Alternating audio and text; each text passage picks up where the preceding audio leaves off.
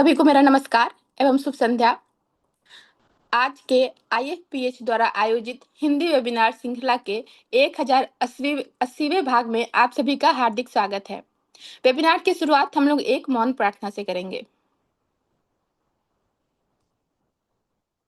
धन्यवाद सभी का। हमारे आज के गेस्ट और वक्ता डॉक्टर APS छाबरा है।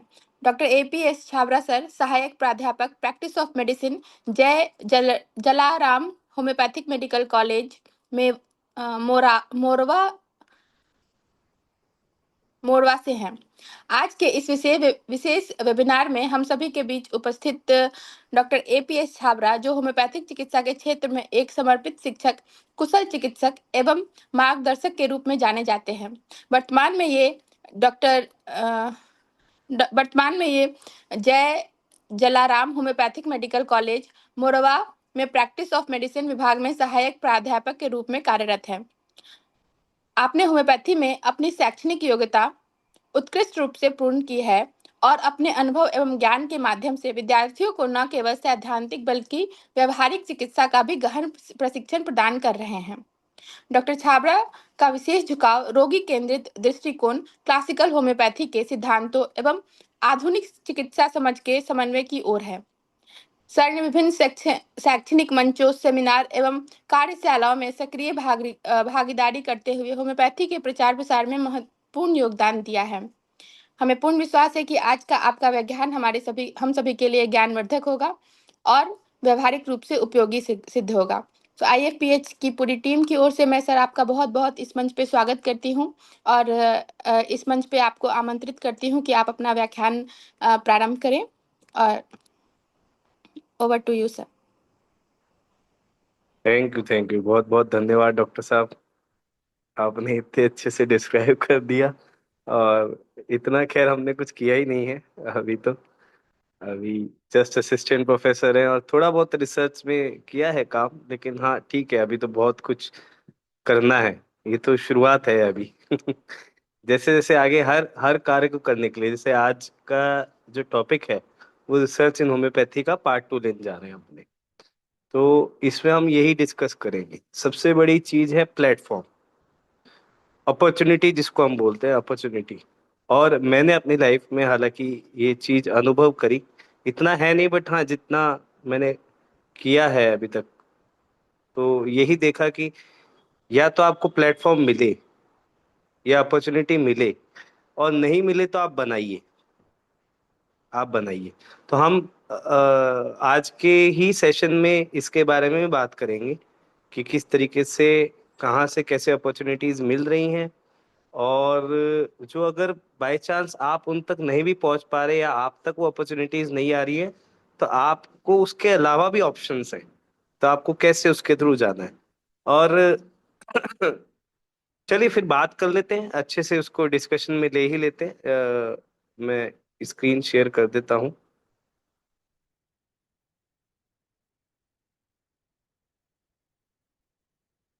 स्क्रीन दिख रही है, विजिबल है? Yes sir. ठीक है। तो ये अभी मैंने जो हमने पहला सेशन लिया था व्हाट इज रिसर्च, तो जो भी लोग देख रहे हैं मैं उनको बता दूं कि IFPH के यूट्यूब चैनल पे पहले ही अपना पार्ट फर्स्ट आ चुका है। तो ये कुछ उसकी झलकियां हैं। वो हमने उस बार लास्ट सेशन में व्हाट इज रिसर्च बात करी थी, सर फ्रांसिस बेकन की बात करी थी, हैनमैन सर के बारे में बात करी थी, और होम्योपैथी क्या है, रिसर्च की क्या जरूरत है, एविडेंस बेस्ड मेडिसिन क्या होता है, कुछ एग्जाम्पल भी दिए थे, और क्या क्या जरूरत है, क्या ऑब्जेक्टिव्स हैं रिसर्च के होम्योपैथी में, उन सब के बारे में बात करी थी हमने। टाइप्स ऑफ रिसर्च के बारे में बात करी थी।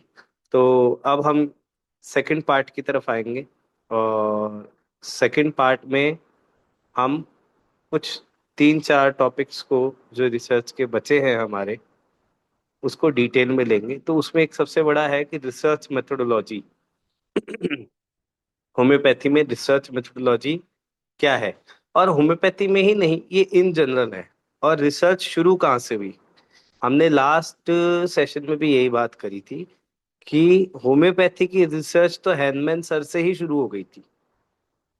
उन्होंने भी इस सिद्धांत को पहचाना, उन्होंने खोज नहीं करी, मतलब एक नया, मतलब खोज करी, बनाया नहीं, नया नहीं बनाया उन्होंने, इन्वेंशन नहीं है, डिस्कवरी है, डिस्कवर किया, एक्सपेरिमेंटेशन किया, रिसर्च करी, आगे लेके गए, लेकिन कुछ नया नहीं बनाया है उन्होंने। ये होम्योपैथी तो पहले से ही सिद्धांत चला आ रहा है, हिपोक्रेट्स ने भी पहचाना था, लेकिन वो उसको आगे नहीं लेके गए। तो हम रिसर्च मेथोडोलॉजी की डिटेल में बात करेंगे। सो सबसे पहले, जब भी आपको कोई रिसर्च करनी है, तो सबसे पहले होता है रिसर्च क्वेश्चन। हम उसको रिसर्च के लैंग्वेज में रिसर्च गैप भी बोलते हैं, और सिंपल भाषा में आप उसको रिसर्च क्वेश्चन भी बोल सकते हो, कि हम करना क्या चाह रहे हैं, क्या देखना चाह रहे हैं, क्या ढूंढना चाह रहे हैं। जैसे हमने बात करती, रिसर्च है, रिसर्च है, तो रिसर्च क्या है, वापस से खोजना है, वापस से पता लगाना है, क्या गैप है, किस गैप को फिल करना है। जैसे अभी हमने पिछले सेशन में बात करी, इस पे भी थोड़ा आगे भी हम लोग जाएंगे, तो फिर एक हमारे ड्रॉबैक्स पे अगेन एक चीज आएगी, इंडिविजुअलाइजेशन। इंडिविजुअलाइजेशन, जैसा आपने कहा कि क्लासिकल होम्योपैथी, हाँ बिल्कुल, आपने सही कहा कि हाँ क्लासिकल होम्योपैथी ही प्रैक्टिस करते हैं। हालांकि मेरा मानना यह है कि होम्योपैथी इज होम्योपैथी, है ना। वो हैनमैन सर की होम्योपैथी इज होम्योपैथी। मैं किसी भी और सिद्धांत को, या जो भी प्रचलित हैं इस समय इंडिया में या आउट ऑफ इंडिया भी अगर कोई है, तो वो कोई गलत नहीं है। सबके अपने प्रैक्टिस करने के तरीके, it is a different way, बस। सब होम्योपैथी कर रहे हैं, लेकिन it's just a different way. उन्होंने एक अपना तरीका बनाया उसको करने का। एंड मैं सिर्फ और सिर्फ टोटलिटी ऑफ सिम्टम्स के बेसिस पे जाता हूँ। सपोज कई लोग बोलते हैं मेंटल्स के बेसिस पे दीजिए, कई लोग बोलते हैं फिजिकल के बेसिस पे देते हैं जी। मैं कहता हूँ जो पेशेंट बोले उसके बेसिस पे दो। आपके पास पेशेंट आ रहा है, आप पूरी कहानी तो आपको पेशेंट पहली बार में बता नहीं देगा, तो जैसा पेशेंट बोल रहा है वैसा दो। तो रिसर्च गैप क्या है, जैसे हम अगर मॉडर्न मेडिसिन की बात करें भाई, उनके सेट पैटर्न है। और अगर कोई सपोज कीजिए कि कोई फीवर लेके आया, वायरल फीवर लेके आया, तो तीन फिक्स दवाइयाँ हैं। एंटीबायोटिक देनी है, एंटीपायरेटिक देनी है, और बीकासूल देना है, क्योंकि वो उसके साइड इफेक्ट जो होंगे उसको कवर कर लेगा। बस, फिक्स एक प्रिस्क्रिप्शन है। ऐसे ही रिचर्ड ह्यूग्स का नाम आप लोगों ने सुना हो, तो रिचर्ड ह्यूग्स सर जो थे, वो भी जब आए होम्योपैथी पे, तो उन्होंने भी ये चीज फील करी कि यार ये एक गैप है।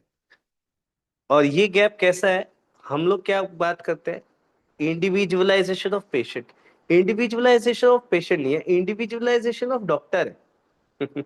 मैं इस चीज को थोड़ा सा मानता हूँ, और शायद आप लोग भी एग्री करेंगे, कि सेम पेशेंट अगर हम 10 जनों को दिखा लें, 10 होम्योपैथिक डॉक्टर्स के पास सेम पेशेंट जाए, और सेम वो बता रहा है सब, लेकिन क्या होगा, सबका केस्टिंग का टेक्निक अलग होगा, सबका प्रिस्क्रिप्शन बनाने की रीजनिंग अलग होगी।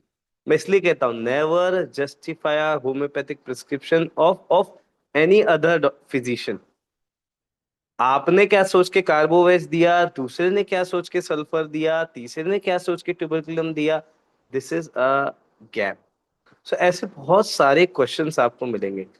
जैसे फॉर एग्जांपल, एक एक मैं आपको पॉइंट छोड़ता हूँ। जैसे आप बोरिक मेटेरियलिटी का पढ़ेंगे, तो एक मिनट में आपको लेके जाता हूँ, थोड़ा सा इजी हो जाएगा हमारे को समझने में।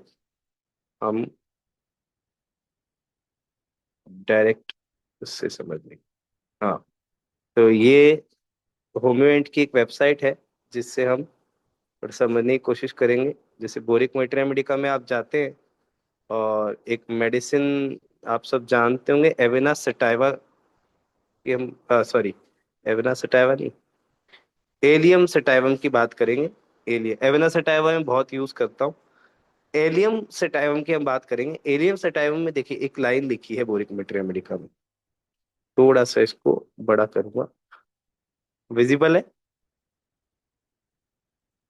Arterial hypotension begins usually in 30 to 45 minutes after 20 to 40 drop doses of the tincture। ठीक है, ऑब्वियस सी बात है कि कुछ एक्सपेरिमेंटेशन हुआ होगा, किसी ने देखा होगा, ऐसा किया होगा, तो वही एक्सपीरियंस यहाँ लिखा हुआ है। हो सकता है एक पेशेंट का हो या 100 पेशेंट्स का हो। सो इसके ऊपर आप रिसर्च कर सकते हो। क्या हम 1000 मरीजों में करेंगे? क्या इस सब में ये चीज करके दे रहा है? आप सोचिए कि हमारे पास कोई पेशेंट आ रहा है, सडन आया और उसको हाइपरटेंशन है, बहुत ज्यादा बीपी बढ़ा हुआ है, 180 190 तक जा रहा है, और सिस्टोलिक और डायस्टोलिक 150 140 भी जा रहा है। तो आप उसको किस तरीके से मैनेज करोगे? So you can manage by this. Take this 20 to 40 drops and आप उसको दीजिए, और आप उसको देंगे तो क्या आधे घंटे में, 45 मिनट में आर्टीरियल हाइपोटेंशन हो रहा है? अब रिसर्च क्वेश्चन देखिए, रिसर्च गैप क्या है। इन्होंने सिर्फ इतना लिखा, आर्टीरियल हाइपोटेंशन है। क्या वो 200 के मरीज को नीचे ला रहा है? क्या वो 180 के मरीज को ला रहा है? क्या वो 150 के मरीज को ला रहा है? एक क्वेश्चन। दूसरा क्वेश्चन ये, क्या कितना नीचे लेके आ रहा है? ये देखिए, ये मेंशन नहीं है यहाँ।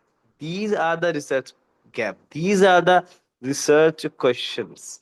आई होप जो लोग भी देख रहे हैं, जो लोग इसको देखेंगे, बाद में भी देखेंगे, तो वो लोग इस चीज को समझेंगे। यही रिसर्च गैप है, यही रिसर्च क्वेश्चन है। एक्चुअली इसमें आपको नहीं मिलेगा, बोरिक मेटेरिया मेडिका ऑनलाइन ये चीज मैं आपको नहीं दिखा सकता। उसके पीछे एक ड्यूरेशन वाला भी दिया हुआ है। सो कि एकोनाइट एक दिन उसका ड्यूरेशन ऑफ एक्शन रहता है, या कोई मेडिसिन है उसका 1 मंथ रहता है, किसी का 20 डेज रहता है, किसी का 30 डेज रहता है। लेकिन क्या मेंशन नहीं है? कौन सी पोटेंसी भाई, किस तरीके के पेशेंट में कोई एज सेक्स से रिलेशन है उसका? These are the research gaps. ऐसे बहुत सारे हैं, दीज आर जस्ट एग्जांपल्स। ऐसे बहुत सारे रिसर्च गैप हैं। तो सबसे पहले आप रिसर्च गैप फाइंड आउट कीजिए, रिसर्च क्वेश्चन बनाइए।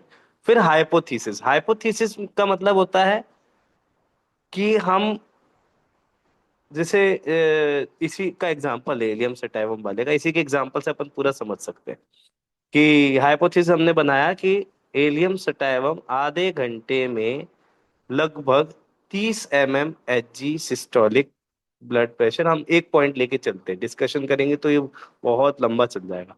सो 30 mm Hg systolic blood pressure कम करता है, 30 तक रिड्यूस करता है। मतलब किसी पेशेंट का 150 आ रहा था, आपने उसको दिया और विद इन 30 मिनट्स वो 120 पे आ गया। तो दिस इज अ हाइपोथेसिस। कम करेगा, करेगा, दिस इज अल्टरनेट हाइपोथेसिस। कम नहीं करेगा, दिस इज नल हाइपोथेसिस।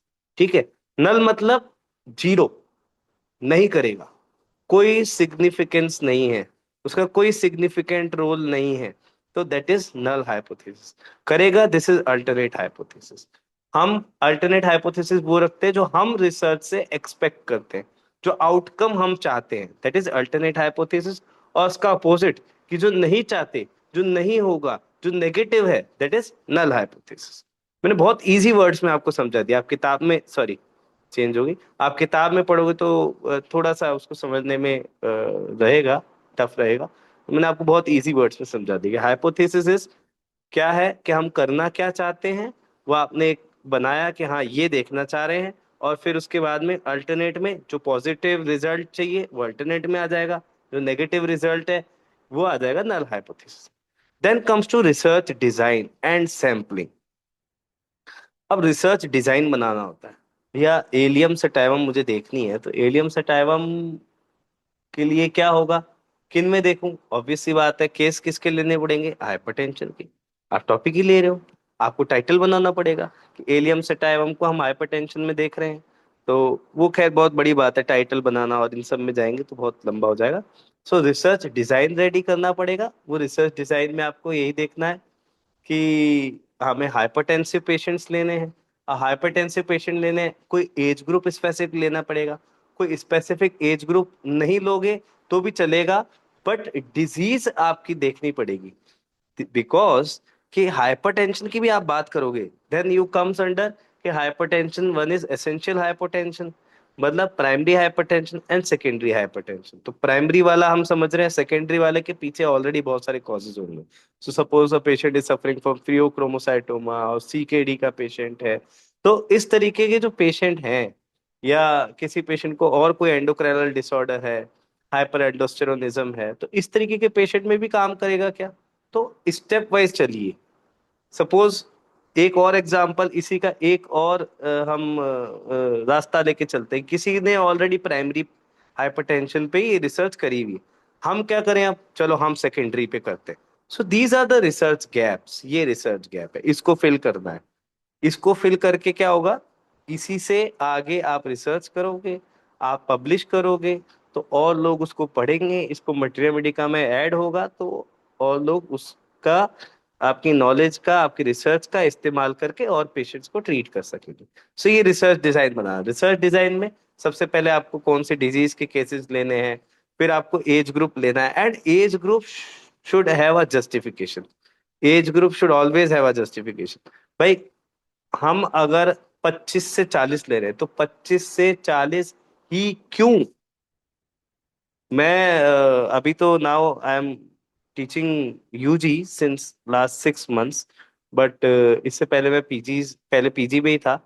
और क्योंकि अभी यूजी कॉलेज में हूँ और पीजी कोऑर्डिनेटर भी रह चुका हूँ, तो नॉट ओनली मेडिसिन, मेडिसिन के अलावा दूसरे डिपार्टमेंट के भी मैंने बहुत प्रोजेक्ट्स देखे हैं, बच्चों को बनवाए हैं, कराए हैं। तो हम उनको यही बोलते थे, आप जब ये लेके आ रहे हो तो पहले जस्टिफिकेशन दो। आप अपनी मर्जी से ले आते हो, 18 से 30 का कर लो जी। अरे क्यों कर लो जी? उसमें कोई जस्टिफिकेशन तो रखो। कहीं कुछ लिखा है कि 18 से 30 लेना है? क्यों लेना है? फॉर एग्जाम्पल कि आपको रिसर्च करनी है मेनोरेजिया के ऊपर, ऑब्वियस सी बात है, आप रिप्रोडक्टिव एज ग्रुप लोगे, बस बात खत्म। तो you should have a justification. Now research design में देखिए, आप दो तरीके की रिसर्च आप कर सकते हो। एक तो प्रोस्पेक्टिव रिसर्च, कि हम करेंगे कि हम, जैसे हम एलियम से टाइम बात करें, हाइपरटेंसिव पेशेंट आएंगे तो पहले हम देखेंगे क्या हाइपरटेंशन है क्या, फिर सॉरी सॉरी फिर उनको मेडिसिन देंगे, फिर उनको मेडिसिन दे के देखेंगे फिर क्या आउटकम आ रहा है, फिर वो सब हम रेडी करेंगे। और एक होती है रेट्रोस्पेक्टिव। रेट्रोस्पेक्टिव रिसर्च का मतलब होता है, रिसर्च तो हम अभी कर रहे हैं, लेकिन किस चीज पे कर रहे हैं? जो काम हो चुका है उसी का एनालिसिस करते हो आप। पॉइंट सारे होंगे, रिसर्च क्वेश्चन भी बनाओगे आप, हाइपोथेसिस बनाओगे, डिजाइन सैम्पलिंग करोगे, डेटा कलेक्शन करोगे, एनालिसिस करोगे।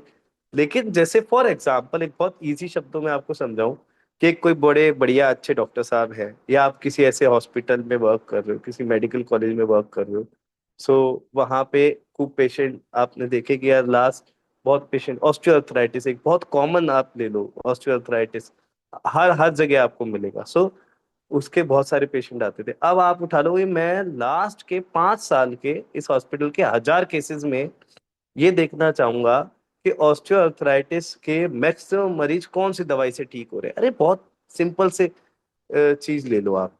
तो आपने देखा, अरे रस्टॉक्स सही कर रही है, आप देखो 1000 में से 535 लोगों को रस्टॉक्स ने ठीक किया, 312 लोगों को ब्राइनिया ने ठीक किया, 35 लोगों को सल्फर ने ठीक किया, 25 लोगों को आयोडम ने ठीक किया, 2 लोगों को कैलक्रिया कार्ब ने ठीक किया। तो ये आपकी रिसर्च हो गई।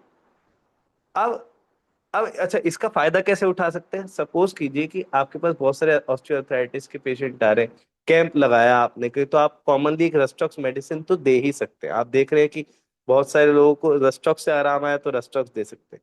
कहीं आपको पॉजिटिव ऑफ सिम्टम्स, जहां हम बोलते हैं कि सिम्टम्स बहुत कम मिल रहे हैं, तो वहां आप दे सकते हैं। तो इस तरीके से उस रिसर्च को यूज किया जाए। सैम्पलिंग सैम्पलिंग देखिए, सैम्पलिंग एक्चुअली क्या होता है कि जब हम बड़े लेवल पे रिसर्च करते हैं, जैसे फॉर एग्जांपल सीसीआरएच रिसर्च कर रहा है, आईसीएमआर रिसर्च कर रहा है, तो एक्चुअली वो लोग तो they are using sampling techniques. There are different different sampling techniques. Technique आप यूज कर सकते हो, सैंपल कलेक्शन, सैंपल साइज जो आप डिसाइड करते हो, वो बड़ी रिसर्चेस के लिए बाय फॉर्मूला होता है।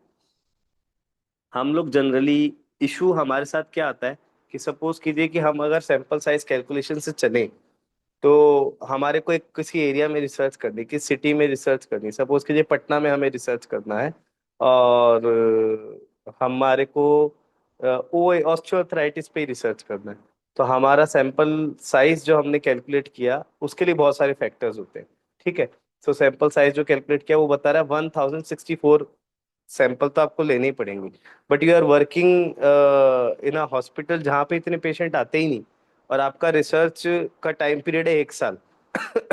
1 साल में आपने देखा कि हाँ यार, लास्ट एक साल में अपने पास कितने 35 ही मरीज आए, अरे यार 35 मरीज आए तो आप 1064 का सैंपल तो पूरा नहीं कर पाओगे। सो आपको छोटे रिसर्चेस करने पड़ेंगे कि 35 पेशेंट्स आते हैं तो अपन 35 का सैंपल लें, 50 का सैंपल लें। मतलब एक देखिए मिनिमम कोई भी क्लिनिकल स्टडी या पायलट स्टडी भी जिसको हम बोलते हैं वो 30 से नीचे नहीं करते हैं हम, अगर उसका हम कुछ आउटकम निकालना चाह रहे हैं। हालांकि वो आउटकम भी हम मतलब एप्लीकेबल नहीं कर सकते यूनिफॉर्मली, बट एक मिनिमम से मिनिमम भी आपको 30 केसेस लेने होते हैं। प्लस कि कुछ लोग बीच में छोड़ जाएंगे या कुछ लोग दूसरा ट्रीटमेंट ले लेंगे तो आपको रिसर्च से बाहर निकालना पड़ेगा। तो इसलिए आप 30 से ऊपर ही लेके चलते हो, 33, 35, 40। तो इस तरीके से आप सैंपल ले सकते हो। या आपके पास अच्छे नंबर ऑफ केसेस आ रहे हैं तो यू कैन गो विथ कि हाँ भाई हम 100 सैंपल साइज रखें, 200 सैंपल साइज रखें। That is then data collection. So how to collect data. फिर डेटा प्रेजेंटेशन। भाई डेटा कलेक्ट करना, आप क्या, ये गड़बड़ हो जाएगा थोड़ा। हाँ, आप को डेटा में क्या क्या कलेक्ट करना है। जैसे हमने हाइपरटेंशन की बात करी तो डेटा में क्या क्या कलेक्ट करना है। भाई आपके पास पेशेंट आए, एज आपको कलेक्ट करना है, सेक्स कलेक्ट करना है, आप कहाँ का रहने वाला पेशेंट है। तो आपको उससे आप आपका जो एक क्वेश्चन होता है ना, आपका एम एक होता है। हमेशा ये समझना, जब हाइपोथेसिस या रिसर्च क्वेश्चन में हम डिफाइन करते हैं तो हम एम एक डिफाइन करते हैं, ऑब्जेक्टिव्स बहुत सारे हो सकते हैं। फॉर एग्जाम्पल कि मुझे गाड़ी खरीदनी है, मेरा एम क्या है, गाड़ी खरीदनी। अब गाड़ी खरीदना इज द एम, बट उस एम को फुलफिल करने के लिए ऑब्जेक्टिव्स बहुत सारे हो सकते हैं, होंगे ही। गाड़ी खरीदनी है एज अ एम, एम हमेशा एक होता है, एम बहुत सारे नहीं होते। 2 एम है, 3 एम है, 10 एम है, ऐसे नहीं, एम एक ही होता है। उसको अकम्प्लिश करने के लिए, उसको फुलफिल करने के लिए ऑब्जेक्टिव्स बहुत सारे होते हैं। ऑब्जेक्टिव्स एक भी हो सकता है, दो भी हो सकते हैं, चार भी हो सकते हैं। जैसे गाड़ी खरीदनी, this is a aim. Objective क्या है, सबसे पहले मुझे क्या चाहिए, पैसा। भाई गाड़ी खरीदने के लिए पैसा चाहिए, वो कहाँ से आएगा, वन थिंग। दूसरी चीज है कि कौन सी गाड़ी लूं, ये देखना पड़ेगा। तीसरी चीज है क्या मैं उसकी ईएमआई भर पाऊंगा, क्या मैं उसको मैनेज कर पाऊंगा। तो ये सब ऑब्जेक्टिव्स में आएगा। लोन कहाँ से लेना है, गाड़ी कैसे लेनी है, कहाँ से लेनी है, कहाँ का नंबर लेना है, ये छोटे छोटे छोटे छोटे ऑब्जेक्टिव्स हैं जो मिलके आपका एम फुलफिल करेंगे। तो आप जब रिसर्च करोगे तो आप क्या देखोगे, उसमें आप देखोगे कौन से एज ग्रुप में ज्यादा हाइपरटेंशन मिल रहा है, मेल में ज्यादा मिल रहा है कि फीमेल में ज्यादा मिल रहा है, रूरल में ज्यादा मिला कि अर्बन में ज्यादा मिला। ठीक है। और एलियम सटाइवम ने क्यू में काम किया तो आप कर सकते हो 30 ड्रॉप्स दिए आपने तो कितना रिड्यूस किया, 30 mm रिड्यूस किया है, 20 mm रिड्यूस किया है, 10 mm रिड्यूस किया है। This can be the different different objective. फिर हम अगर ये देखिए, ये जब हम पूरा एक बार जब रिसर्च डिजाइन करेंगे ना तब हम डिसाइड कर पाते हैं। सो उसके अकॉर्डिंग जो आपका एम होगा, जो आपके ऑब्जेक्टिव्स होंगे, उसके अकॉर्डिंग आप डेटा कलेक्ट करोगे, फिर डेटा प्रेजेंट करोगे, और फिर उस डेटा का एनालिसिस करोगे। डेटा एनालिसिस, अच्छा मैं बहुत क्लियर कर दूं आपको, एक्चुअली क्या पुराने टाइम में तो इतना स्टेटिस्टिक्स था नहीं। तो generally what used to be, जो हमारे बहुत सीनियर्स, मतलब आज से 10 साल 15 साल पीछे चल रहे हैं, तो जो सीनियर्स भी देख रहे होंगे, जब आप लोगों ने एमडी किया तो उस टाइम एक्चुअली में स्टैटिस्टिक्स थे नहीं। तो सिंपल क्या यूज किया जाता कि हमने 40 मरीज देखे, भाई 20 को आराम आया, 20 को नहीं आया, बहुत इजी। चार 35 को आराम आया, 5 को आराम नहीं आया। But now what happens is कि जब हम साइंटिफिक वर्ल्ड में बात करते हैं तो हमारे को उस डेटा का एनालिसिस करना पड़ता है, उसमें स्टैटिस्टिक्स अप्लाई करना पड़ता है, उसमें स्टैटिस्टिकली सिग्निफिकेंस देखनी पड़ती है। ठीक है। तो अगर वो स्टेटिस्टिकली सिग्निफिकेंट होगा तब हम बोलेंगे हाँ भाई रिजल्ट पॉजिटिव है, यानी कि अल्टरनेट हाइपोथेसिस जो हम चाह रहे थे वो मिला। ठीक है। इसमें एक चीज और आपको बता दूं, there are researches, there are things going on, and कोई अपने आप को गलत नहीं बताना चाहता, कोई अपने आप को बुरा नहीं बताना चाहता। शायद इसलिए हम लोग रिसर्च में ना बहुत मैनिपुलेशंस करते हैं, और मैनिपुलेशंस करके हम चाहते हैं कि हम वो ले आए कि नहीं भाई हम तो ये कहना चाह रहे थे, और देखो ये देखो दी एलियम सटाइवम जो है ये हाइपरटेंशन कम कर रही है। नहीं आ रहा है कोई बात नहीं, एंड मैं आपको बताऊं, आई एम द एग्जाम्पल। मैंने मेरी लाइफ में पहली रिसर्च जो करी वो SGSH के थ्रू करी, वो भी ज्यादा टाइम नहीं लेके मैं थोड़ा सा तेज लूंगा। वो SGSH के थ्रू करी, और SGSH में उसमें नल हाइपोथेसिस पॉजिटिव था। उसमें कोई मैनिपुलेशन नहीं किया, नल हाइपोथेसिस पॉजिटिव आया, नहीं आया भैया रिजल्ट। और नहीं, नल हाइपोथेसिस आना भी रिसर्च आपकी फुलफिल हुई है, ऐसा जरूरी नहीं कि आप जो चाह रहे थे वही है। मतलब एलियम सटाइवम काम नहीं करती। अगर आप 1000, 2000, 10,000 केसेस में लेके आएंगे और वो आप पब्लिश करेंगे, तो वो आपको मानना पड़ेगा भाई allium sativum, don't use allium sativum for, कि आप उसको यूज करें कि हाँ भाई सडन वो हाइपोटेंशन करती है। ठीक है। Next is interpretation. तो दैट इज इंटरप्रिटेशन, जैसे हमने बताया कि अगर अल्टरनेट हाइपोथेसिस आएगी तो यस काम कर रही है, alternate hypothesis positive plus आई तो मतलब काम नहीं कर रही। These are the interpretation. Coming to the next, so drug proving research. So जैसा हमने बात किया था, मैंने हालांकि सिंपल वर्ड्स में ले लिया, HPT हमने बात किया था लास्ट टाइम कि CCRS ने आप उसको नाम दिया है homeopathic pathogenetic trial. So how to do a drug proving. So drug proving सबसे पहला हमारा जो हैनमैन सर ने दिया कि it is always conducted on healthy volunteers. So healthy healthy patients पे, सॉरी सॉरी, हेल्दी इंडिविजुअल्स पे ड्रग प्रूविंग को कंडक्ट करना है। Types is double blind and placebo controlled. अच्छा, डबल ब्लाइंड, सिंगल ब्लाइंड, ये मैं आपको समझा देता हूँ। ब्लाइंड इन एक रिसर्च का मेथड है। हम जनरली क्या करें, जैसे हम लोग क्लिनिक पे जब सपोज पेशेंट आया, हमने उसको दिया भाई आपको हम नेट्रम का 1 ml 1 डोज लेना है कल मॉर्निंग।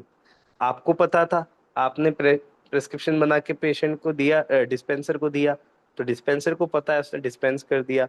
और पेशेंट को पता है कि वो नेट्रम में और 1 ml का डोज खा रहा है, ठीक है, सबको पता है। ठीक है। अब किसी को पता नहीं है, रिसर्च में क्या होता है, हम लोग बायसनेस को हटाने के लिए ब्लाइंडिंग मेथड डालते हैं। So that is single blind. Single blind suppose 3 में से 1 को नहीं पता। डबल ब्लाइंड मतलब 3 में से 2 को नहीं पता। ट्रिपल ब्लाइंडिंग भी हो सकता है कि 3 जनों को नहीं पता। ठीक है। सो डबल ब्लाइंडिंग मेथड क्या है, सपोज कि हमने हेल्दी इंडिविजुअल को हमने लिया, भाई ये ड्रग प्रूविंग करनी है, उसने कंसेंट दे दिया, सब जो भी प्रोसीजर है वो अपने आप में बहुत बड़ा टॉपिक है, तो हमने किया। अब हम उसको दे रहे हैं कि ये मेडिसिन है, जो भी आपको सिम्टम आए वो नोट डाउन करते जाना। ठीक है। अब डबल ब्लाइंडिंग मतलब, एक तो हमने दिया, हमें नहीं पता, और मतलब जो इन्वेस्टिगेटर है उसको भी नहीं पता है, और जो पेशेंट है उसको भी नहीं पता, सिर्फ और सिर्फ डिस्पेंसर जानता है। इससे होगा क्या, सपोज कि हमने मरीज को बता दिया, या जनरली जो इंडिया में हम लोग कर रहे हैं ना, मोस्ट ऑफ द टाइम जो ड्रग प्रूविंग हो रही है वो students, homeopathic student, faculty members, professionals, वो लोग कर रहे हैं। और अगर वो लोग नहीं भी करें, मतलब अगर हम इन जनरल पॉपुलेशन में भी करें, तो आजकल गूगल जिंदाबाद है। तो हम लोग सपोज करिए कि एक पेशेंट, हमने सॉरी, पेशेंट ही आता है, तो एक किसी पर्सन को हमने एकोनाइट दिया, अब उसको एकोनाइट के सिम्टम पता है, तो वो बायसनेस आ जाएगी। अरे यार मुझे तो ऐसे लग रहा है कि मैं मर जाऊंगा, उसको डर लगने लग गया। तो वो अपने आप ही एक, जब आपको पता रहेगा ना अगर कि ये दवाई ले रहा हूँ, तो आपके मन में जो भाव आएगा और वो भाव से सिम्टम डेवलप होने लग जाएंगे। तो इसलिए ब्लाइंडिंग की जाती है। दूसरा, प्लेसिबो कंट्रोल किया जाता है। प्लेसिबो कंट्रोल मतलब, इसमें भी अलग अलग तरीके हैं। या तो आप 2 ग्रुप बनाओ, 2 ग्रुप में 50 को आपने मेडिसिन दी, 50 को प्लेसिबो दिया। ब्लाइंडिंग इसमें भी हम करेंगे, ब्लाइंडिंग तो करनी है। ड्रग प्लूइंग में ब्लाइंडिंग करनी ही पड़ेगी, जैसा मैंने आपको बताया, क्योंकि एक बार भाव आ गया, आपने पढ़ लिया, तो आप नो डाउट सिम्टम्स डेवलप कर सकते हो, एंड दिस इज साइकोलॉजी। ठीक है। सो प्लेसिबो कंट्रोल में 2 चीजें कर सकते हो। एक ग्रुप को, जैसे सपोज 100 सैंपल साइज लिया है आपने, 50 ग्रुप को मेडिसिन दिया, 50 को प्लेसिबो दिया। अगेन दूसरा तरीका है, इन 50 को पहले 1 महीने मेडिसिन दी, दूसरे 1 महीने प्लेसिबो दिया, दूसरे 50 को पहले 1 महीने प्लेसिबो दिया, दूसरे 1 महीने मेडिसिन दी। ना what is the outcome, outcome हम क्या चाह रहे हैं, डेवलपमेंट ऑफ मटीरिया मेडिका। जो हैनमैन साहब ने करा वो हमें भी करना है, और हमें इंडिया में प्रैक्टिस करनी है, तो इंडिया में करना है। हमें सबसे बड़ी चीज ये समझनी पड़ेगी, अभी मैं आपको बताऊंगा कि हो रही है, और कैसे हो रही है, कर रहे हैं। सो इंडिया में करना है, बिकॉज जर्मन में हुआ, maximum of the drug provings happened in the Germany. Germany में हुई, या फिर हेलमन सर फ्रांस आए तो कुछ कुछ एंड ऑफ द मोमेंट पे तो बहुत कम रहा था, स्टार्टिंग में ही उन्होंने बहुत कुछ निपटा दिया था। So maximum of them happened in the Germany. अब इंडिया में होनी चाहिए, इंडिया में होगी। अब आपकी रेपर्टरी में कैसे आएगा कि छाछ पीने से दिक्कत हो रही है अभी। मैं आपको हम मंडे मंडे मेरी ओपीडी रहती है 9 से 12। तो अभी एक रिसेंटली एक पेशेंट आई, पेशेंट तो बहुत सारे आए, उसमें से एक एक खास आपको बताऊंगा कि पेशेंट को मकई, मक्की मक्की आप समझते होंगे, मकई का रोटला, एक्चुअली गुजरात में है तो रोटला बोलते हैं, मक्की की रोटी समझ लो आप। तो मक्की की रोटी खाने की वजह से चक्कर आ रहे हैं। लीजिए, ढूंढिए, सिंथेसिस में ढूंढिए, कैंट में ढूंढिए, और आपकी रेपर्टरी में ढूंढ लीजिए, कहीं मिलेगा? नहीं मिलेगा। क्यों नहीं मिलेगा? क्योंकि जर्मनी में प्रूव हुई, जर्मनी में मक्की का रोटा कोई नहीं खा रहा है, तो वहां पे नहीं मिलेगा। इसलिए प्रूविंग की जरूरत इंडिया में है। So there will be development of materia medica, identification of new symptoms. It may happen कि कुछ नए सिम्टम्स भी आपको मिले, और वो भी आप फिर मटेरिया मेडिका में ऐड करोगे। Next is clinical trials. So clinical trials जैसे इंडिविजुअलाइज प्रिस्क्रिप्शंस आप कर सकते हो, जैसे हमने बात करी कि हमने सिंपल ले लिया ऑस्टियोआर्थराइटिस में, हम इंडिविजुअलाइजेशन के हिसाब से देंगे कि हमारे पास 100 केस आए, फिर 100 में से हमने देखा कि टोटलिटी के बेसिस पे, इंडिविजुअलाइजेशन के बेसिस पे हमने दिया। तो 4 जनों को ये गई, 5 जनों को ये गई, 10 जनों को ये मेडिसिन गई, एक चीज। दूसरी सिंगल मेडिसिन अप्रोच, जैसे my MD title was on the single medicine, क्योंकि मेरे को प्रैक्टिस ऑफ मेडिसिन से एमडी किया है, तो मैंने इसलिए single medicine, and even single medicine single potency काम किया था मैंने। ठीक है, हाँ, उसमें आगे और बहुत काम कर सकते हैं हम, जैसे जैसे अपॉर्चुनिटी मिलेगी तो कोशिश करेंगे उसको किया जाए। सो single medicine approach, for example, आपने एक मेडिसिन ले ली, वेनेडियम मेडिसिन ले ली। वेनेडियम भाई अनीमिया ठीक कर रहा है, अच्छा ठीक कर रहा है, तो एक सिंगल मेडिसिन लेके देखो, क्या 100 केसेस में आपने दिया तो 100 में से कितने केसेस में अनीमिया को ठीक कर रहा है। जैसे हमने हाइपरटेंशन में इलियम सटाइम वाला भी लिया, हम सिंगल मेडिसिन ले रहे हैं, और single potency mother tincture use कर रहे हैं हम, ठीक है, पोटेंसी भी नहीं, मदर टिंचर यूज कर। सो this is single medicine approach. Outcome assessment कैसे करेंगे? सो जैसा मैंने आपको बताया, जब भी, क्योंकि हमें स्टेटिस्टिक्स अप्लाई करते हैं, सो स्टेटिस्टिक्स अप्लाई करने के लिए हमें सिम्टम स्कोर लगाना ही पड़ता है।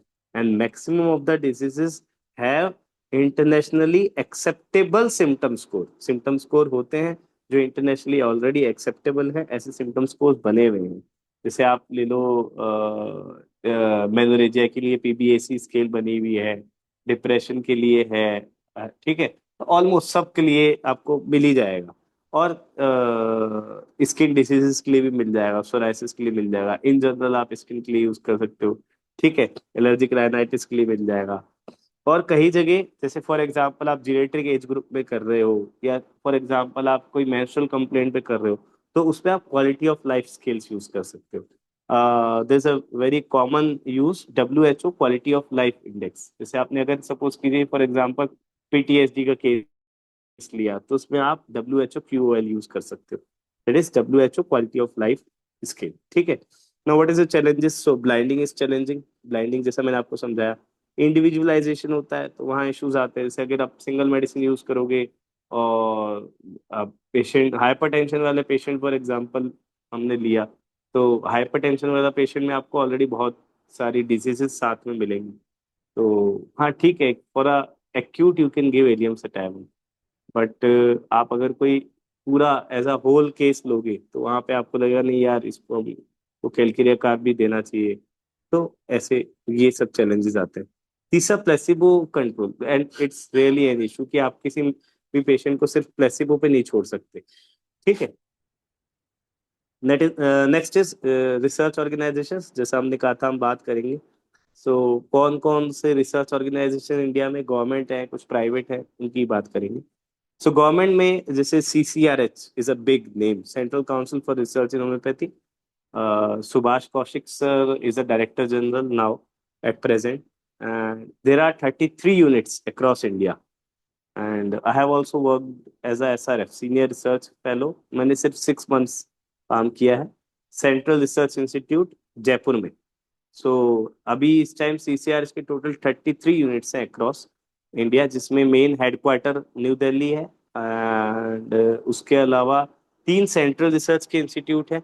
एक कोटायम में है, और अभी तो नेशनल इंस्टीट्यूट बन गया है वो। और इसके अलावा एक आपका है जयपुर वाला जो मैंने बताया, और दिल्ली, दिल्ली वाला। सो दिल्ली में है। हालांकि लखनऊ को भी अब धीरे धीरे सेंट्रल में कन्वर्ट किया जा रहा है, और ऑलमोस्ट हो चुका होगा। सो दिल्ली में है doctor DP Rastogi, that is again a central research institute. इसके अलावा कुछ जगह सिर्फ ड्रग प्रूविंग के भी हैं, कुछ जगह रीजनल रिसर्च इंस्टीट्यूट है, शॉर्ट में आरआरआई बोलते हैं।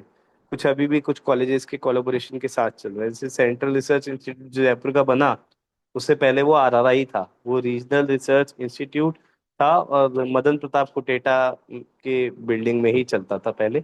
और फिर अभी पास्ट अराउंड 2018, 18 और 19, लगभग, हाँ 18 से 8 और 9 years it is being central research institute in a separate. बहुत बड़ी बिल्डिंग है, अच्छी ओपीडी है, बहुत सारे रिसर्च प्रोजेक्ट चलते हैं, तो इसलिए वो सेंट्रल में अपग्रेड हो गया है।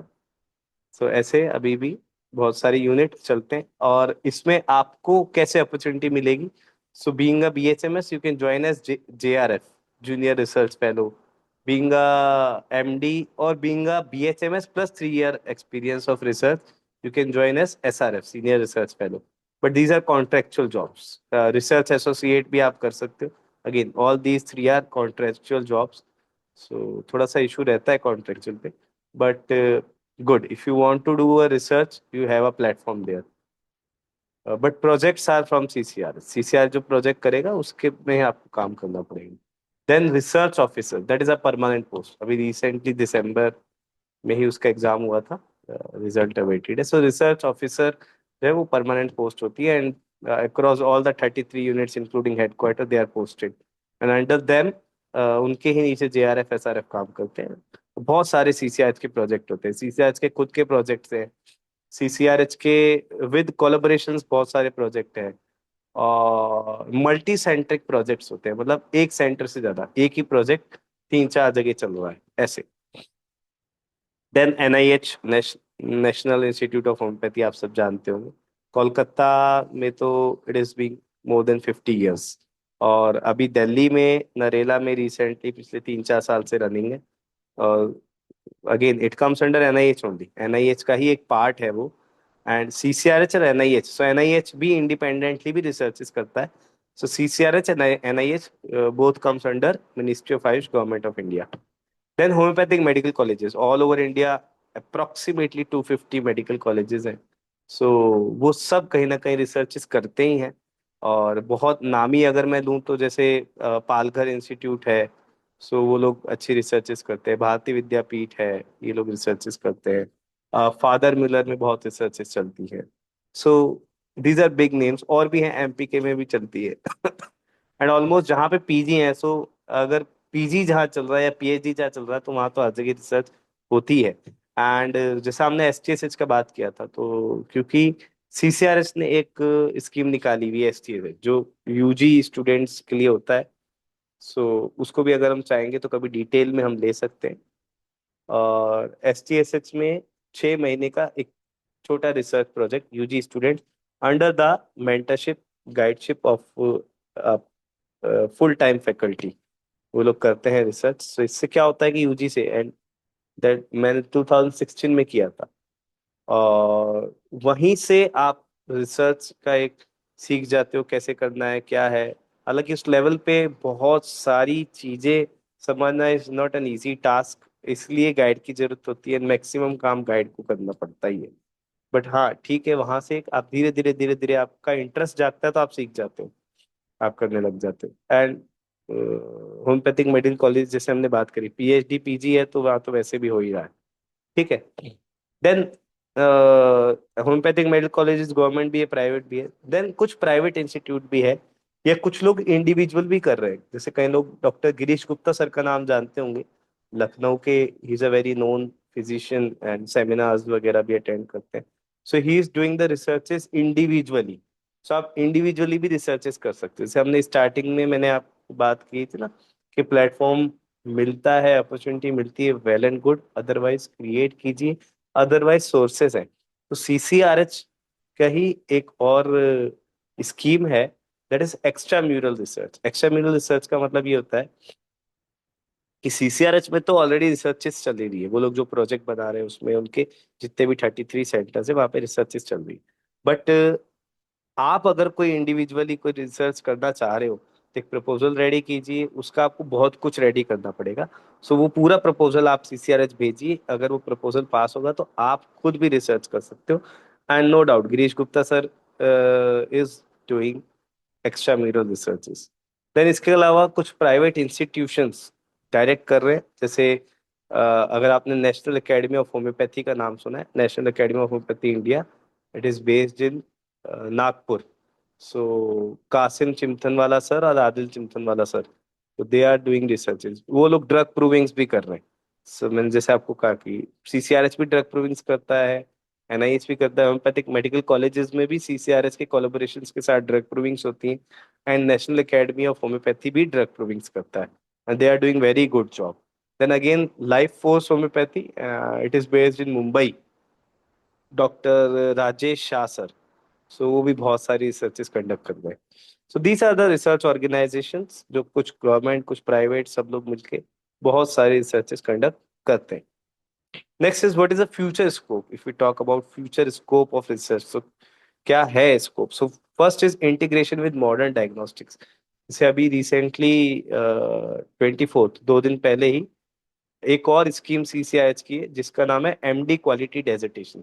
सो अक्रॉस इंडिया जितने भी पीजीज कर रहे हैं, और मैं आपको बता दूं अभी भी बहुत सारे कॉलेजेस ऐसे हैं जिनको ये पता ही नहीं है कि ऐसे कुछ हो भी रहा है, मतलब दे आर डूइंग रिसर्च। और ठीक है, इस प्लेटफॉर्म से बोलना सही है या नहीं है, हालांकि ये एनसीएच के चेयरमैन सर भी बोलते हैं कि हाँ कहीं जगह अभी भी एमडी प्रॉपर नहीं हो रही है जो होनी चाहिए, और बहुत जगह बहुत स्टूडेंट्स और बहुत जगह पे लैकिंग्स बहुत है। ठीक है, तो कई बार कभी कोई स्टूडेंट हमारे पास आता है कि सर ये प्रपोजल, तो वो कहीं ना कहीं से ऑलरेडी छाप के ला रहा होता है। एक बार तो ऐसा भी हुआ है कि हम लोग एग्जाम दे रहे थे पीजी का, एंड पीजी स्कॉलर साहब ने भी तीन faculty were sitting this side, और हमने पूछा कि भैया वो पार्ट फर्स्ट का था, और दैट टाइम साइनॉप्सिस सबमिट होती है, पार्ट फर्स्ट कंप्लीट होने के बाद में आपको रिसर्च करना होता है, पार्ट फर्स्ट के एग्जाम के बाद आपका स्टडी पीरियड स्टार्ट होता है। तो हमारे एक और कलीग थे, तो उन्होंने सिंपल सा एक क्वेश्चन पूछा था, ये रिसर्च करनी है हो चुकी, और साइनॉप्सिस थी हमारे हाथ में, तो बोले हो चुकी। तो मतलब this is actually the truth, जो व्हाट्स गोइंग ऑन, जो होना नहीं चाहिए एक्चुअली।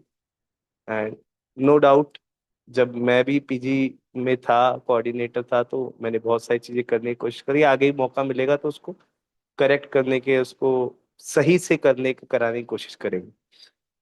सो हम कमिंग बैक टू कि एमडी क्वालिटी डेजर्टेशन में क्या होता है, आप जो भी रिसर्च करते हो अपने 3 साल में एमडी में, सो आप डेजर्टेशन सबमिट करते ही हो, सो वो डेजर्टेशन ही सीसीआरएच में आपको भेजनी होती है।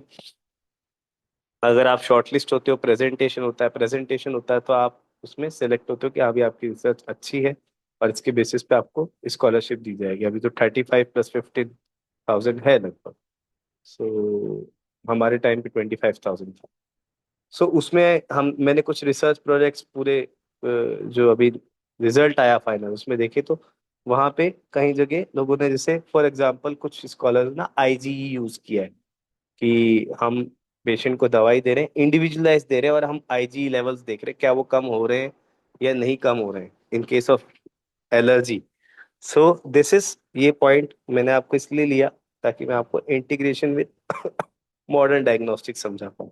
सो आप ये देख सकते हो, सपोज हम यूटीआई का पेशेंट है, उसको दे रहे हैं, और हमें पता है कि ई कोलाई हमने कराया, पेशेंट का कल्चर कराया, ई कोलाई आ रहा है, तो आपके पास 50 केस आ गए कि भैया 50 केस ऐसे हैं जिनको UTI with due to E coli है। तो ई कोलाई की वजह से क्या आपकी मेडिसिन काम करी, अब आप उसमें इंडिविजुअलाइज दे रहे हो, सिंगल मेडिसिन दे रहे हो, that is your perspective. Second is multi centric trials, जैसा कि सीसीआरएच कर रहा है, क्योंकि उसके पास इतने सारे ऑलरेडी इंफ्रास्ट्रक्चर बहुत अच्छा है, ह्यूमन रिसोर्स अच्छा है, सो दे आर डूइंग कि एक ही प्रपोजल को, एक ही प्रोजेक्ट को 5-6 जगह किया जाता है। फिर इंटर डिसिप्लिनरी रिसर्च, वो भी सीसीआरएच भी कर रहा है विद कोलैबोरेशंस। जैसे एम्स के साथ अभी बहुत सारे कोलैबोरेशंस हुए हैं रिसेंटली, अभी 4 कॉलेजेस के साथ कोलैबोरेशंस हुए हैं। और अलग अलग जगह हर महीने, 2 महीने, 3 महीने में किसी तरीके का कोलैबोरेशन सीसीआरएच रखता ही है, जिससे कि इंटर डिसिप्लिन रिसर्च हो सके। फॉर एग्जांपल अभी रिसेंटली एक कैंसर पे भी रिसर्च चल रही सीसीआरएच में, और उसमें कीमोथेरेपी के साथ में होम्योपैथी को एज अ एडजंक्ट थेरेपी देके देखा जा रहा है कि कुछ इफेक्ट्स मिल सके। तो नेक्स्ट, क्योंकि एआई का टाइम है, सो आर्टिफिशियल इंटेलिजेंस एंड रेपुटराइजेशन, हम आर्टिफिशियल इंटेलिजेंस को यूज कर सकते हैं। देन स्कोप क्या डेवलप होता है कि अगर आप रिसर्च करते रहते हो, so there will be global acceptance through strong evidence. आप अच्छा, अगर अच्छे एविडेंस आप दोगे, सो ग्लोबली होम्योपैथी को पहचान मिलेगी। So now comes to the conclusion. So जो हमारे दोनों पार्ट थे, उसको यहाँ पे कंक्लूड कर लेते हैं, पूरा रिसर्च इन होम्योपैथी के पार्ट को। So research is the backbone of modern homeopathy, and no doubt research is the backbone of each and every scientific system. जो भी है, जैसे आप देखो, हम अगर बात कर रहे हैं स्पेस साइंस की बात कर रहे हैं, तो रिसर्च के बिना तो आप कुछ कर ही नहीं सकते हो ना। और हमने बात ही करी कि स्टार्टिंग कहाँ से हुई, हैनमैन सर से ही स्टार्ट हुआ। हैनमैन सर ने ही स्टार्ट किया रिसर्च, एक्सपेरिमेंटेशन किया, खुद ने खुद के ऊपर स्टार्ट किया। अब खैर हमें यहाँ हिस्ट्री लेने की जरूरत नहीं है।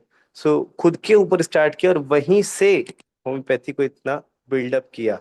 और जैसे हम कल भी बैठे थे, तो ये हमारे सीनियर्स के साथ, कलीग्स के साथ डिस्कशन चल रहे थे कि organon of medicine 5 editions Hahnemann sir के रहते टाइम, और 6th एडिशन हालांकि वो सब लिख चुके थे, उसके बहुत सालों बाद पब्लिश हुआ, कि उसके पीछे बहुत इश्यूज रहे। बट व्हाट अबाउट नाउ, अब क्या, 1921 में लास्ट आया था, इट्स बीन 105 ईयर्स, 105 साल में कोई डेवलपमेंट नहीं। हम लोग क्यों नहीं कर पा रहे वो डेवलपमेंट, क्यों नहीं हो पा रहे हम? थ्योरी ऑफ वाइटल फोर्स में it is truth, but globally कैसे एक्सेप्टेंस कैसे हो, कैसे बिल्ड करें, कैसे आपकी होम्योपैथिक मेडिसिन काम कर रही है, हम यही नहीं एक्सप्लेन कर पा रहे हैं अभी तक। So for these things research is important. Different editions of organon, edition मतलब EDITION एडिशन मतलब, बट ADITION वाला एडिशन करो। ये कोई ऐड हुए चीजें, मॉडर्न बेसिस पे ऐड हुए, टेक्नोलॉजी को इंक्लूड किया जाए होम्योपैथी में। आप देखिए, हम अगर modern science, modern medical science बोलते हैं, तो एलोपैथी को मॉडर्न मेडिकल साइंस क्यों बोलते हैं? अब देखिए, एलोपैथी तो होम्योपैथी से पुरानी है, तो rather than modern medical science तो होम्योपैथी हुई। बट वो मॉडर्न मेडिकल साइंस क्यों है? वो इसलिए है क्योंकि उन्होंने टेक्नोलॉजी को अपनाया, और टेक्नोलॉजी को अपना के हम, वो लोग आज इतनी आगे निकल गए हैं। मेडिसिन देने के तरीके अलग अलग हैं। हमारे यहाँ हम, ठीक है, जो पुराने तरीके से किया जा रहा है वो सब अच्छा है, सही भी है, लेकिन हमारे को उसमें क्या ऐड ऑन कर रहे हैं? फॉर एग्जाम्पल, कुछ फिजिशियंस करते भी होंगे, और हम भी अपने क्लिनिक पे करते हैं, नेबुलाइजेशन से मेडिसिन देता हूँ मैं। फॉर एग्जांपल कोई पेशेंट आया, सो उसको डिस्टिल्ड वाटर के साथ में हम लोग डाइल्यूशन में जो भी मेडिसिन हमें लगती है, अगेन सिमिलिया, जो हमें ऑब्वियसली बात है, हमें जो लग रही है कि हाँ भाई, सपोज पेशेंट को आर्सेनिक एल्बम जानी चाहिए, तो हम आर्सेनिक एल्बम से उसको इनहेलेशन के थ्रू, नेबुलाइजेशन के थ्रू मेडिसिन देते हैं। So why not? ये चीजें धीरे धीरे आगे आनी चाहिए, इन चीजों का एक्सेप्टेंस आना चाहिए, साइंटिफिक एविडेंस हमारे को इसमें जनरेट करना है, तभी हो पाएगा। So scientific research strengthens credibility, जिससे ग्लोबल एक्सेप्टेंस होती है, इम्प्रूव पेशेंट केयर इम्प्रूव होता है, and sustainable growth of homeopathy. So this is the whole conclusion of research in homeopathy. So thank you so much, that's all from my side. Thank you for your attention. लोगों ने भी attend किया। I I hope I am clear with my topic, and if any queries, yes doctor साहब, कोई queries वगैरह हो तो अपन ले सकते हैं, सर, या कुछ और डिस्कशन करना हो तो अपन आगे ला थैंक यू सकते सर, हैं आपने जी। बहुत अच्छे से समझाया। रिसर्च को एग्जाम्पल्स के साथ कैसे हाइपोथेसिस क्रिएट करते हैं और क्या ऑब्जेक्टिव्स होते हैं, बहुत एक एक पॉइंट को आपने बहुत अच्छे से समझाया सर। इसके लिए बहुत बहुत धन्यवाद आपका। चैट बॉक्स में एक क्वेश्चन है। जी जी। How to doctor Paparao doctor G Paparao ने लिखा है, how to introduce new drug, what are the process to prove and take permission to drug to give legally. Okay, uh very very good question doctor साहब। अच्छा, थोड़ा सा actually question का answer मैं दूंगा, but I would like to know the background.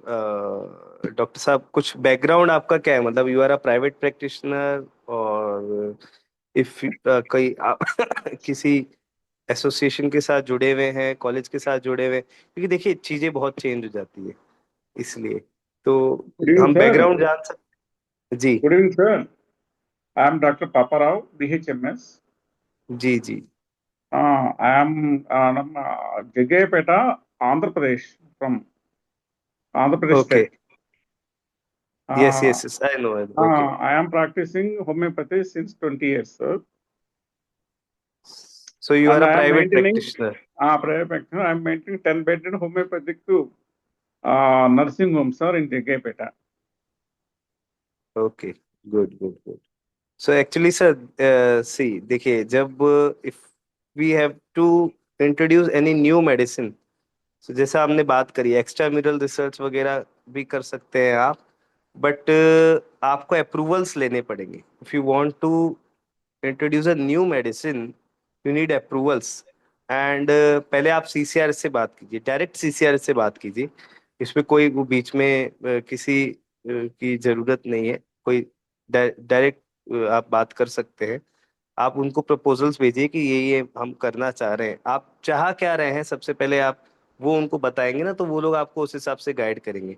कोई भी actually नई मेडिसिन लाने के लिए, अगर हम एलोपैथी में देखें ना, तो देर आर ड्रग कंट्रोलर जो होते हैं ना, तो एसोसिएशन होता है, स्टेट वाइज भी आप जा सकते हैं, तो उनसे हमारे को लिंक करना पड़ता है। बट यहाँ पे हम डायरेक्ट सीसीआर से लिंक कर सकते हैं। सो आपको वहां से लिंक करना पड़ेगा। नई ड्रग को इंट्रोड्यूस करने के लिए सबसे पहली चीज क्या होती है, देखिए, आपको प्रूविंग करनी पड़ेगी उसकी, है ना। और प्रूविंग के लिए अगेन आपको प्रपोजल्स लेने पड़ेंगे। और and proving is not single handedly, it is a very big task. क्योंकि मैं आपको काम कर चुका हूँ, तो एक आपको बेस बता देता हूँ। जनरली क्या होता है कि आप अगर कोई नया ड्रग प्रूव करना चाह रहे हैं, तो आपको उसका सबसे पहले प्रिपरेशन देखना पड़ेगा। और प्रिपरेशन आप देखेंगे, तो आप प्रिपरेशन आप घर पे नहीं कर पाएंगे, आपको उसके लिए भी कोलैबोरेशन करना पड़ेगा। और उसका फिर आपको what we call standardisation of drug, वो स्टैंडर्डाइजेशन कराना पड़ेगा। पहला प्रिपरेशन देखना है, देन स्टैंडर्डाइजेशन कराना है, देन यू गो आफ्टर कि जनरली हम लोग तो क्या है कि ड्रग प्रूविंग करते हैं ली इंडिविजुअल्स पे। अगर आप उसको इन विट्रो स्टडीज करना चाहते हैं, तो पहले आपको इन विट्रो करनी पड़ेगी, आपको एनिमल स्टडी करनी पड़ेगी। पहले तो आपको लैब में करना पड़ेगा, फिर एनिमल स्टडी करनी पड़ेगी, फिर आप ड्रग प्रूविंग पे आएंगे। और ड्रग प्रूविंग भी जब आप करेंगे, so again you need an number of person, और उसमें बहुत लंबा चौड़ा है। आपको सपोज ड्रग प्रूविंग करनी है, तो आपको कुछ जो आपको सीसीआरएस की वेबसाइट पे ना ड्रग प्रूविंग के शायद प्रोटोकॉल्स मिल जाएंगे, यू हैव टू सर्च, उसके पब्लिकेशंस के सेक्शन में होना चाहिए। और अदरवाइज आप डायरेक्ट भी सीसीआरएस में बात करेंगे, तो वहां से आपको प्रोवाइड हो सकता है। तो उस उन प्रोटोकॉल्स में क्या होता है कि आपको किस तरीके से कंडक्ट करना है, और उसमें कुछ इन्वेस्टिगेशंस आपको मेडिसिन देने से पहले मैंडेटरी हैं ही हैं। ठीक है, जैसे आपको पूरा सीबीसी कराना पड़ेगा, आरएफटी, एलएफटी, विटामिन्स, वो सब कराने पड़ेंगे। सोनोग्राफी होती है, चेस्ट एक्सरे होता है, यूएसजी एब्डोमेन होता है, ईसीजी होती है। ये मिनिमम है, मिनिमम स्टैंडर्ड्स है, ये आपको करने ही पड़ेंगे। ठीक है, और फिर आप जब मेडिसिन दे दोगे, उसके बाद भी आपको कराना पड़ेगा। सो ये बहुत लंबा चौड़ा actually, it's a very big project actually. Yes doctor साहब, Okay, any thank any any other query?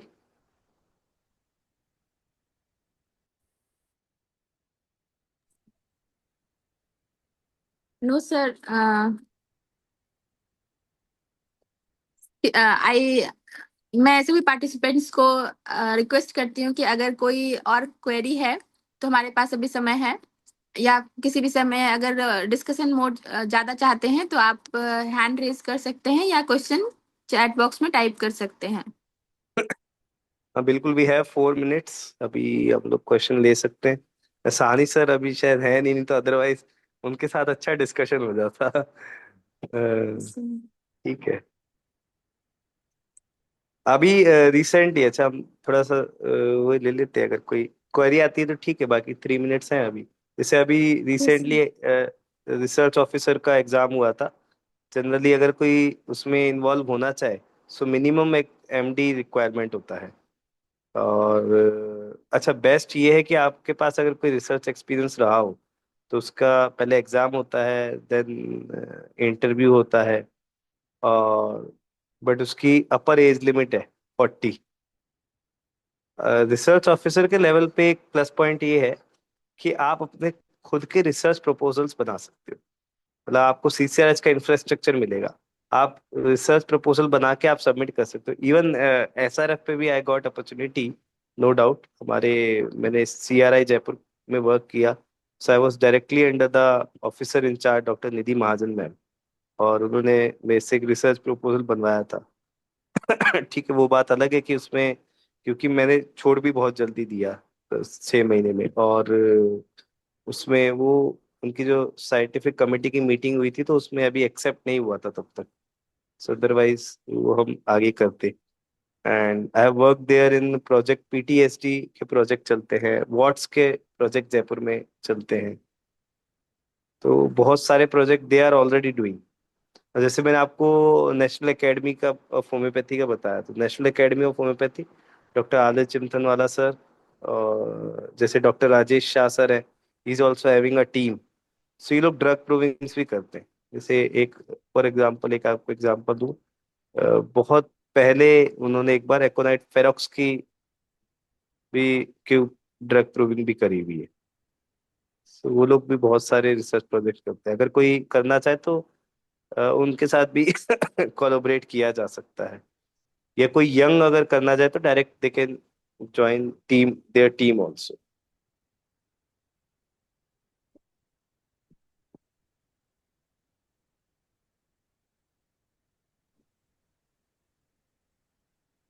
इस सर, जैसा कि बताया आपने कि इसकी मैक्सिमम एज लिमिट 40 है विथ एमडी।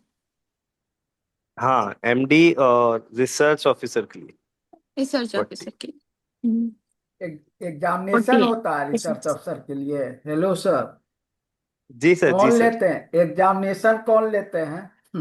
सीसीआरएच कंडक्ट करता है, जो लास्ट अभी दिसंबर में कंडक्ट किया उन्होंने।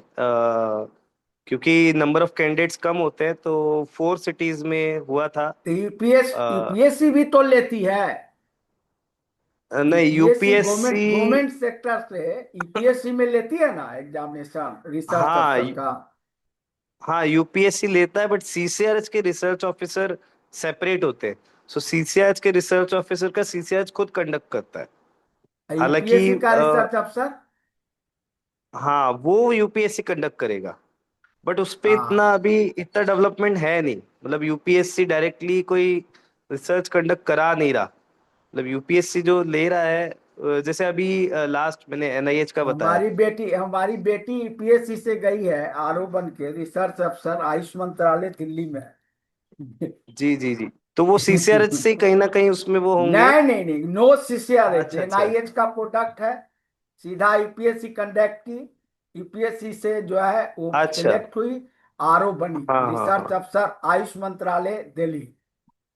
हाँ हाँ। गिरी बुजुर्ग, होम्योपैथी में हाँ। सर, हाँ, होम्योपैथी। होम्योपैथिक। डॉक्टर प्रियंका अच्छा। भारती होम्योपैथी में बनी है, रिसर्च अफसर है। जी जी जी। हाँ, तो रिसर्च अफसर गवर्नमेंट सेक्टर से यूपीएससी लेती है। इसी के साथ अच्छा। सर हमारा समय समाप्त हो रहा है सर। ओके मैं ओके। सर बहुत बहुत बहुत बहुत धन्यवाद आपका छावड़ा साहब। बहुत अच्छा थैंक यू। आपने जो थैंक यू बताए, हाइपोथेसिस बताए एंड रिसर्च सर। मेथोलॉजी भी बताए, बहुत बढ़िया लगा। कोशिश सारी किया है चीज को, सर। हाँ, सारी चीज को टच किए। और बहुत बढ़िया है। ड्रग फ्रूटिंग का जो है करना चाहिए कुछ। अब नए नए लोग तो हम लोग ओल्ड हैं हम लोग से क्या होगा अरे नहीं तो नहीं नए नहीं, नए ऐसा लोग कुछ करना नहीं चाहिए। सर। हाँ, ना ना ना, डॉक्टर श्रुति नहीं को सरिका को करना चाहिए।